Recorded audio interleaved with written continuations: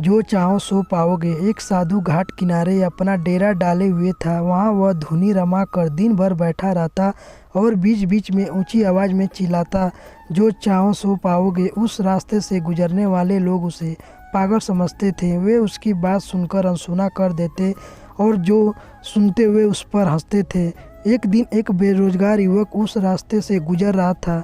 साधु की चिल्लाने की आवाज़ उसके कानों में भी पड़ी, जो चाहो सो पाओगे, जो चाहो सो पाओगे। ये वाक्य सुनकर वह युवक साधु के पास आ गया और उससे पूछने लगा, बाबा आप बहुत देर से जो चाहो सो पाओगे चिल्ला रहे हो, क्या आप सच में मुझे वे दे सकते हो जो मैं पाना चाहता हूँ? साधु बोला, हाँ बेटा, लेकिन पहले तुम मुझे ये बताओ कि तुम पाना क्या चाहते हो? बाबा मैं चाहता हूँ कि एक दिन मैं हीरो का बहुत बड़ा व्यापारी बनूँ।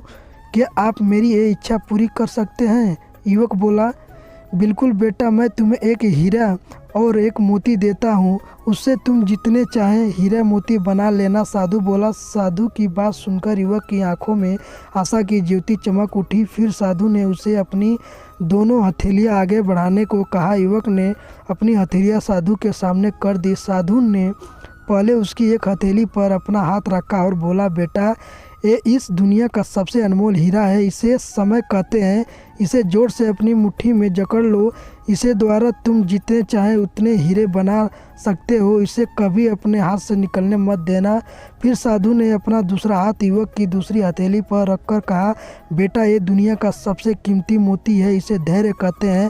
जब किसी कार्य में समय लगने के बाद भी वांछित परिणाम प्राप्त न हो तो इसे धैर्य नामक मोती को धारण कर लेना। यदि यह मोती तुम्हारे पास है तो तुम दुनिया में जो चाहे वे हासिल कर सकते हो। युवक ने ध्यान से साधु की बात सुनी और उन्हें धन्यवाद कर वहां से चल पड़ा। उसे सफलता प्राप्ति के 2 गुरु मंत्र मिल गए थे। उसने निश्चय किया कि वह कभी अपना समय व्यर्थ नहीं गंवाएगा और सदा धैर्य से काम लेगा। कुछ समय बाद उसने हीरे के एक बड़े व्यापारी के यहाँ काम करना आरंभ किया। कुछ वर्षों तक वह दिल लगाकर व्यवसाय का हर गुरु सीखता रहा और एक दिन अपनी मेहनत और लगन से अपना सपना साकार करते हुए हीरे का बहुत बड़ा व्यापारी बना। सीख, लक्ष्य प्राप्ति के लिए सदा समय और धैर्य नाम के हीरे मोती अपने साथ रखें। अपना समय कभी व्यर्थ ना जाने दें और कठिन समय में धैर्य का दामन ना छोड़े। सफलता अवश्य प्राप्त होगी।